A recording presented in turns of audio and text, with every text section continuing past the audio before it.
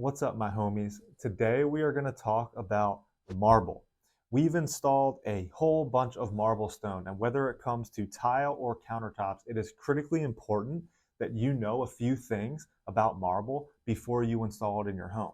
If you are a real estate pro or a remodeler, then it's critically important that you know these things so that you can coach your client up and they know what to expect before they install marble in their houses. The last place that any of us want to be is in a situation where after we've installed marble and we haven't been warned and don't know what to expect about it, that we're thinking to ourselves like, oh my gosh, like what have we done? All right, so let's get into it. What I've narrowed it down to are what I see as the three most important things that you need to know about marble before you install it. Number one, marble is porous and it absorbs water. Because marble is porous, this can actually cause it to get darker when it gets wet and is unsealed. So this is important to know because, like for marble tile, for example, you need to use a wet saw to cut the tile. And when you do this, obviously the tile gets wet and marble is unsealed at this point. So it can actually go on darker than maybe you thought it was when you first looked at the stone or saw it in the store or saw it before it went on the wall or your shower floor, for example. But don't worry, you don't necessarily have to worry about this because after it goes on and as long as it stays dry, so you let like 24, 48 hours go, the water actually starts to evaporate out of the stone and it starts to return back to that original color that you thought it was in the first place. Which leads us to number two. Because marble is porous, it must be sealed and it can actually turn darker or even stain. As I've already said now repeatedly, marble is porous and it will absorb water. So after marble is installed, it needs to be sealed. This protects the stone's color and prevents water and other liquids from getting absorbed into it for the most part.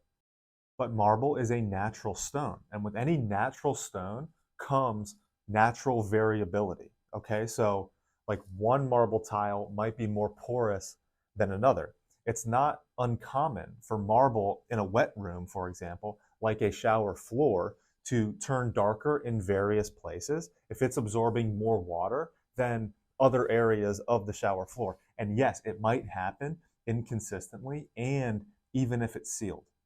Marble can also stain if water is just left on it.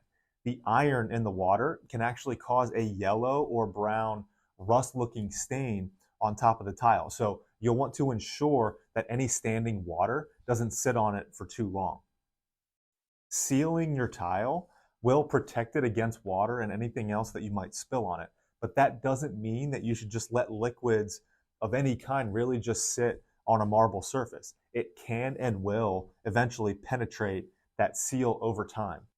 Read your sealant instructions for how to apply and how long you need to wait before getting that tile wet. And then finally, number three, marble is a natural stone. And some lots of the stone might be different than others. So unlike a quartz, which is an artificially manufactured stone and allows it to be fairly consistent when it comes to the different pieces of it, marble, again, is natural. And if you are buying marble tile, for example, from the store, it's not uncommon that not all of that tile came from the same lot. Like you might have a box of tile and not all of the tile within that box comes from the same lot. So you might have one piece of tile or one sheet of tile that looks different or maybe more porous than some of the other tiles in the box. Again, none of that is uncommon. When it comes to countertops, for example, so like a marble countertop, one slab might look different than another slab if they're from different lots. When it comes to marble counters especially, you definitely want to go to the fabricator and hand pick out your slabs to ensure that you're going to get that consistent look in your kitchen. Now, we always hesitate and we try to make our clients and our customers understand what they're getting themselves into if they do want to put a marble countertop in their kitchen. We don't always recommend it because it is so porous, and in a high use area like a kitchen where you have coffee, wines, juices, water, like you leave a cup on the counter and you get a ring around it. Like if you leave that ring there for too long, it could soak in. Again, the marble is porous. It could turn darker. It could eventually stain if the water is left there for too long and the iron deposits get in it. So we always always make sure that our clients know what they're getting themselves into if they are eventually going to put a marble countertop in their kitchen. There are products, and you would probably want to consult with your local fabricator about this, who's probably more of an expert on the countertop itself than I am. But there is a product called a hard marble, which is apparently much safer and better to put in a kitchen as opposed to like a regular kind of soft marble, which you would typically see in a countertop area in a bathroom space. Okay, so as you're probably realizing, marble might be a little higher maintenance than you thought. And that is the exact point of this video. Marble is absolutely beautiful and you can create gorgeous spaces with it. We have. But you just need to know what to expect and how to maintain it when you have it. There are maintenance and protection tips when it comes to marble, and I urge you to look those up before you install it so you know what you're getting yourself into.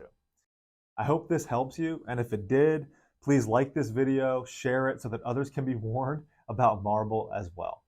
Finally, please hit that subscribe button so that we can continue growing this channel and inspiring and educating others about their home. As always, we are here to be of home service, and I will talk to you soon.